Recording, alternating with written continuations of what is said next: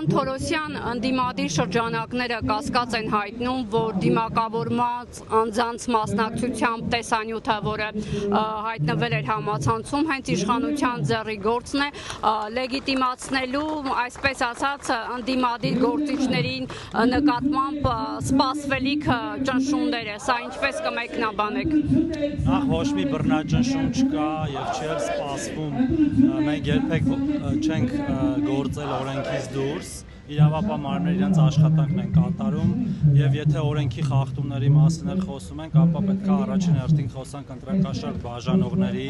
եւ մարդկանց հասցեին նաեւ այդ բաժանելու ժամանակ շատ հետաքրքիր կամ անվայելուչ ձևով արտահայտվողների մասին։ Ինչ վերաբերում է այդ տեսանյութին, գիտեք, մենք կարիք չունենք նման ձևով մեր ժողովրդի հետ հարաբերվելու, որովհետեւ այն ինչ որ մենք տեսնում ենք ըստ էության ժողովրդական զարթոնք է այս նախընտրական փուլում, երբ որ Հայաստանի Հանրապետության ժողովուրդը պատրաստ է դեր կանգնել իր երկրին, պետականությանը, խաղաղությանը եւ այդ արհեստական ինչ որ զոհի կարգավիճակում լինելու եւ այլն այդպես միջոցառումների կարիք ամենևին չունենք։ Իսկ ինչպես է ստացվում, որ հենց Նիկոլ Փաշինյանն է սպառնալիքներ հնչեցնում ընդդիմության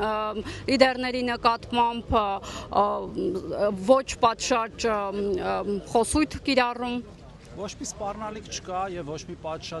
ոչ պատշաճ խոսույթ էլ չկա, կան քաղաքական գնահատականներ տարբեր քաղաքական ուժերի եւ գործիչների գործունեությանը, ինչը միշտ եղել է եւ լինելու է։ Մենք ցանկացած իրավիճակի տալու են գնահատական, իրերը կոչելու են իրենց անուններով, չենք վարելու տես ջայլամային քաղաքականություն, ինչը մենք տեսնում ենք նաեւ նախընտրական քարոզարշավի ժամանակ։ Կներեք, սատկացնելը, համբալը եւ մյուս բառերը քաղաքական գնահատական են։ Համբալի հեղինակը այդ համբալին հարցրեք ով է։ Երկրորդն էլ քաղաքականապես սատկացնելն է շատ գրագետ, պատշաճ բառապաշար է, այո, քաղաքականապես